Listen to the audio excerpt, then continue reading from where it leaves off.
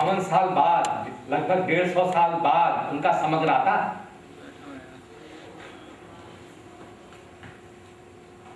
आज के जमाने में तो बहुत से लेखक अपने जीवन में ही अपनी ग्रंथावली निकाल देते हैं। पता नहीं बाद में किसी की दृष्टि जाए न जाए, निकाले न निकाले।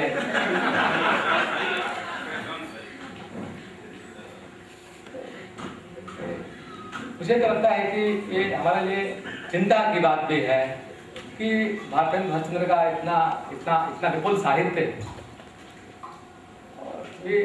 और हिंदी शोध के लिए विख्यात है, अनुसंधान के लिए विख्यात है, तब भी इतने विलंब से, इतने लंबे समय बाद इसके पहले निकल चुकी है रचनावली।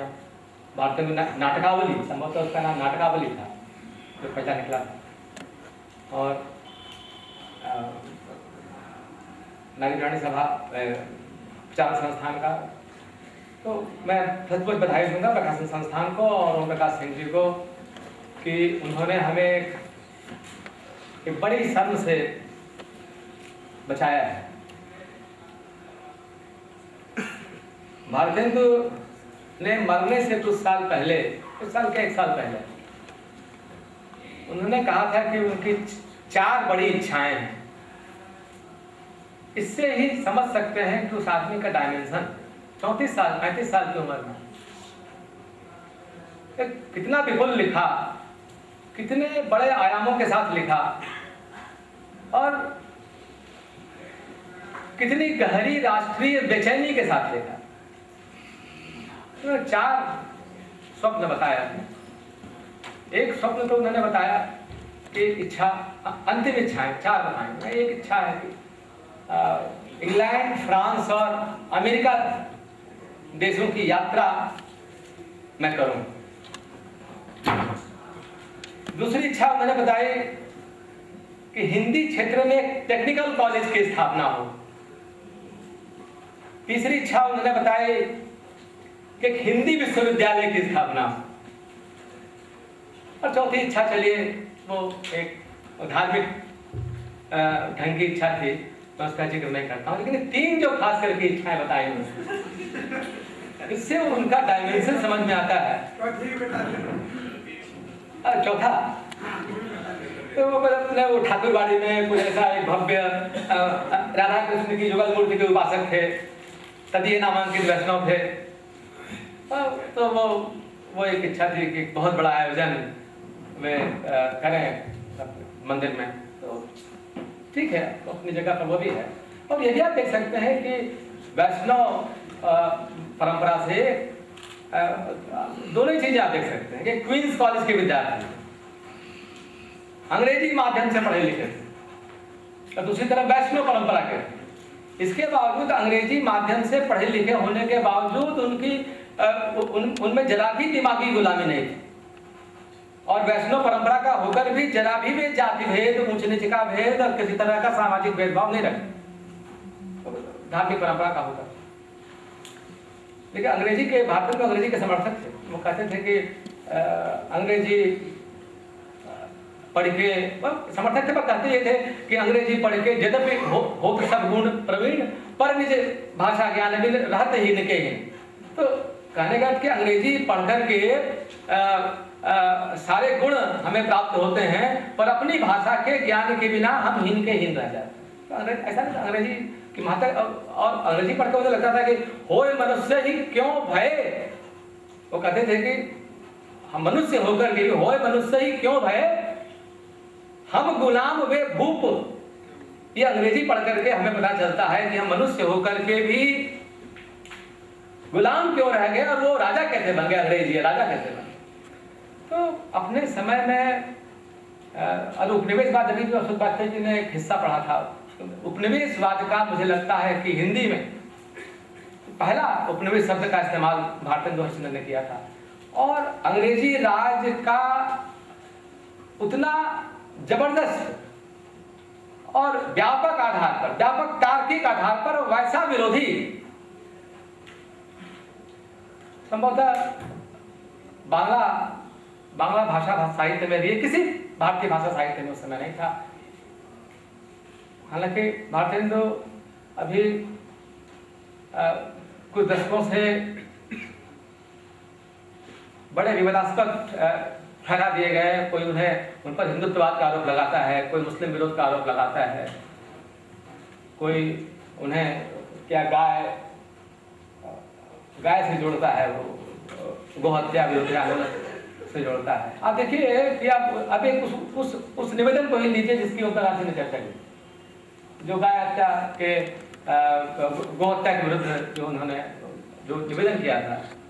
तो उस निवेदन में अद्भुत बात आप देखिए कि उसके आधार पर वो ये कहते हैं कि भाई हिंदुओं का जो खून है, अब किसी बड़े मसले में तो कोई खौलता नहीं है, मतलब गोहत्या वगैरह के प्रसंग आते हैं तब जाके तभी जाकर उसका खून खोलता है, इसको खून खोलता ही नहीं है उसका। और वो जो निदान बताते हैं कि जाकर मुसलमानों को समझाइए, संवाद की बात करते हैं, टकराहट की बात नहीं करते। मैं ये कहना चाहता हूँ कि वे वहाँ धार्मिक टकराहट की बात नहीं करते, वे कहते हैं चलकर मुसलमानों को समझाएं चल करके हम।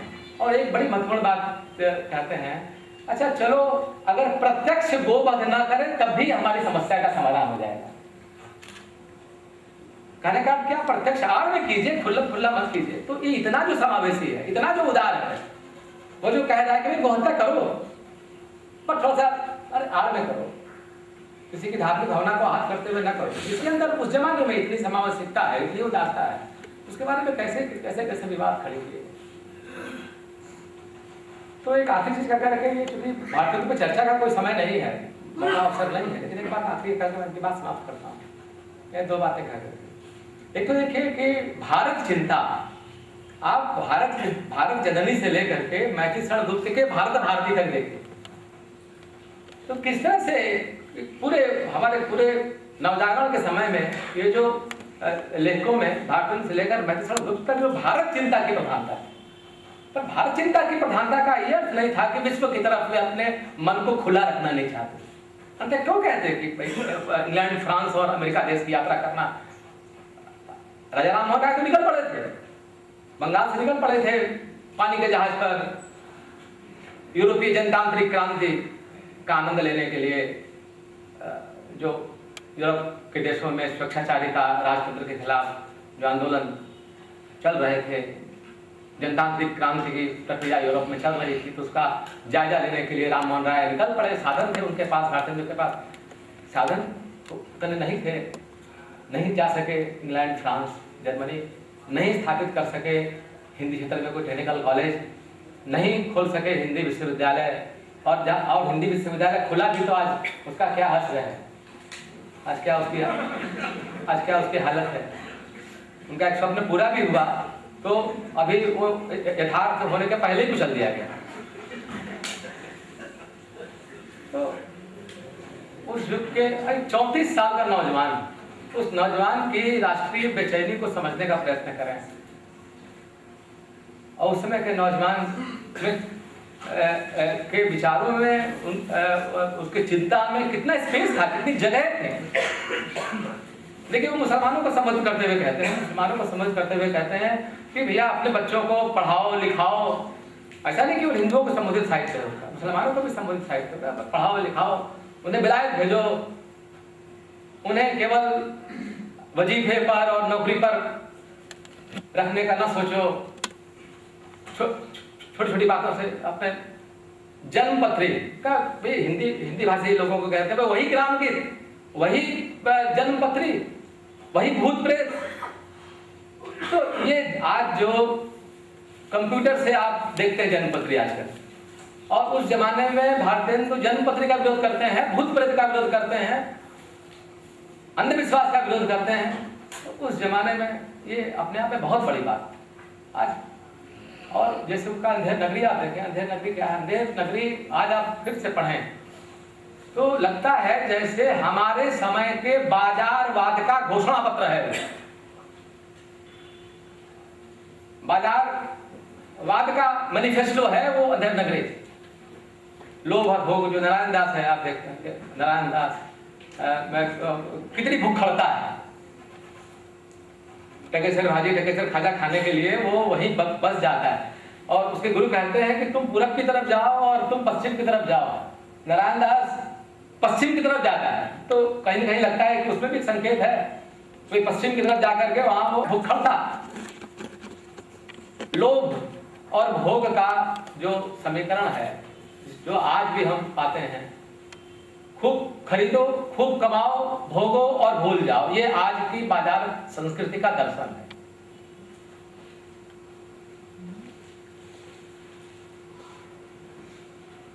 और जहां लोभ और भोग बढ़ता जाएगा, जैसा कि आज भी बढ़ता जा रहा है, तो जितना बढ़ता जाएगा हमारा जीवन उतना अधिक असुरक्षित होता जाएगा।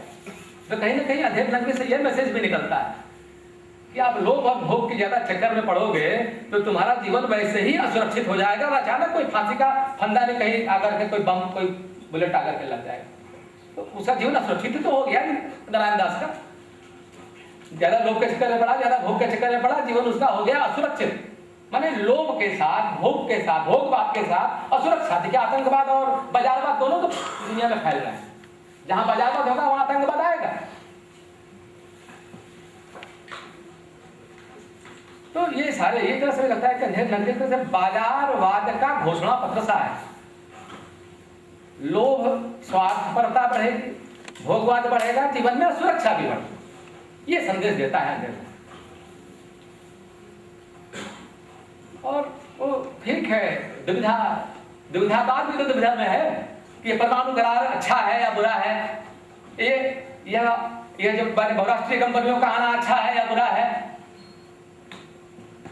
आज का समय जितना दुविधा भरा है, भारतेंदु का समय भी उतना ही दुविधा भरा था कि अंग्रेजों का रेल, तार, डाक और तमाम जो आधुनिकता की चीजें, आधुनिक चीजें लेकर भारतेंदु के अंग्रेज आ रहे थे। तो भारतेंदु का समय, इसलिए आज के समय को समझने के लिए भारतेंदु का साहित्य बहुत मददगार होता है, क्योंकि वो समय कैसा था जबकि हम एक ऐतिहासिक युग से बाहर निकल करके, एक पुराने ऐतिहासिक युग से बाहर निकल करके एक नए ऐतिहासिक युग में प्रवेश कर रहे हैं। तो संक्रमण का समय था, और संक्रमण के समय में बौद्धिक विचित्रतापूर्ण दुविधा बहुत स्वाभाविक है। पर देखने की चीज यह है कि भारतेंदु निरंतर दुविधा में घिरते जा रहे थे या वे उस दुविधा से बाहर निकलने के भी प्रयत्न कर रहे थे। मैं एक उदाहरण देकर के बात समाप्त करूंगा।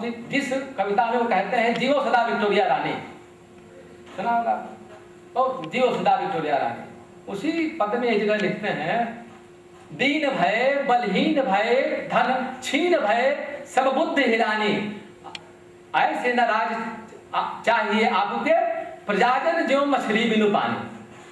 अब देखिए, एक तो ये भी कह रहे हैं कि विक्टोरिया रानी तो सदा जियो, और ये भी कह रहे हैं कि आपके राज में क्या होगा, दीन हो गए, बलहीन हो गए, धनहीन हो गए और सब बुद्धि हिरानी, अच्छा ये ना आपके राजा ऐसो प्रजाजन ऐसे ऐसे जैसे मछली बिनु पानी। तो ये देखिए, ये प्रजा की दशा, जनता की दशा बताई। तो इसे आपसे दुचित्तापन कह करके, दुविधा करके, अपने दुविधा से, अपने दुचित्तापन से लगातार मुक्त होने का प्रयत्न कर रहे थे। और एक जो राष्ट्रीय, भारत में जो राष्ट्रीय बेचैनी थी, एक 34 साल के नौजवान की राष्ट्रीय बेचैनी, और आज के नौजवान की जो क्या दुविधा या राष्ट्रीय बेचैनी, जरा तुलना करें आज के नौजवान से उस समय के नौजवान। तो मैं अंत में यही कहते हुए कि ये जो ग्रंथावली आई है, इस ग्रंथावली के माध्यम से भारतेंदु को बहुत सारे कोणों से इतिहास तिमिरनाशक शिव प्रसाद सितारे हिंद की उस पुस्तक की समीक्षा लिखी थी। और शिव प्रसाद सितारे हिंद ने, जो बहुत प्रगतिशील कवि के ठहराए जाते हैं, शिव प्रसाद सितारे हिंद ने अकबर, जहांगीर, शाहजहां के शासन की निंदा की थी। भारतेंदु ने उस इतिहास तिमिरनाशक की समीक्षा करते हुए ये लिखा कि अकबर और शाहजहां, जहांगीर, शाहजहां, इनके शासन में बुराइयां ही बुराइयां देखना अच्छी चीज नहीं है। उन्होंने बहुत सारे अच्छे काम भी किए जिसकी तरफ लेखक की दृष्टि जानी चाहिए थी।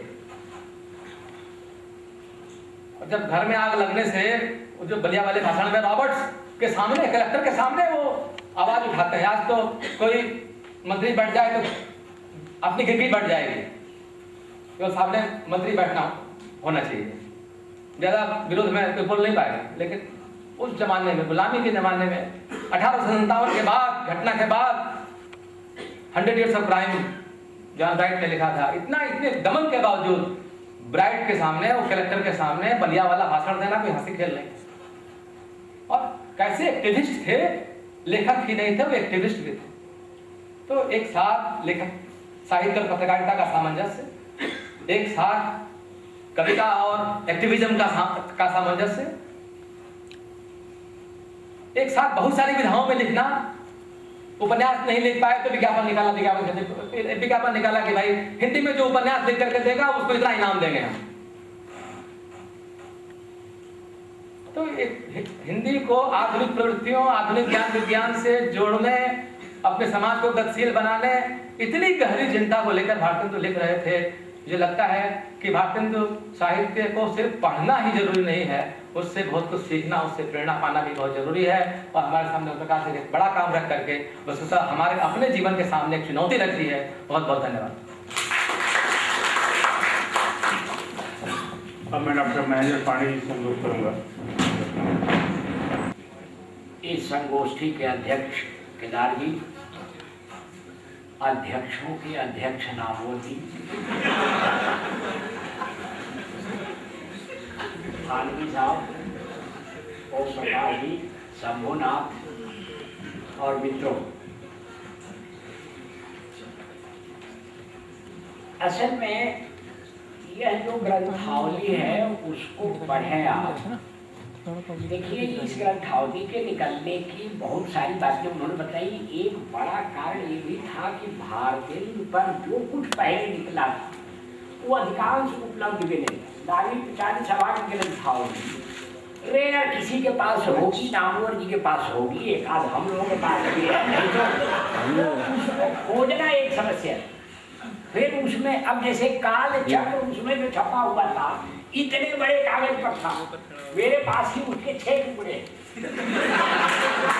इसलिए नए ढंग से संपादित करके आज के लायक उसको पठनीय बनाने का जो काम ओम प्रकाश जी ने किया है और उसको अच्छे ढंग से प्रकाशित करने का काम प्रकाशन संस्थान ने किया है, उसके लिए हम सब लोग जो भारतेंदु प्रेमी हैं वो आभारी हैं।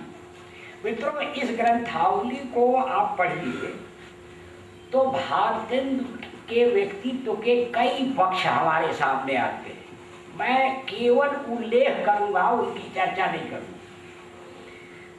भारतेंदु एक तो हिंदी आंदोलन के नेता के रूप में हमारे सामने आते थे। दूसरा यह कि भारतेंदु स्वदेशी की भावना जगाने वाले व्यक्ति के रूप में हमारे सामने आते हैं। तीसरे, हिंदी की साहित्यिक पत्रकारिता के अग्रदूत के रूप में हमारे सामने आते हैं। चौथा, ये बहुत कम लोगों को मालूम है कि भारतेंदु हरिश्चंद्र पुरातत्ववेत्ता भी थे और अंग्रेजी में उन्होंने पुरातत्व संबंधी 8 लेख लिखे थे, जिसमें से 5 लेख रॉयल एशियाटिक सोसाइटी के जर्नल में छपे थे। उन लेखों के अनुवाद ग्रंथावली में मौजूद है। इसके साथ ही संख्या जो बनती हो, भारतेंदु जन इतिहास और लोकप्रिय इतिहास लेखन का काम शुरू कर रहे थे। किया है काम उन्होंने।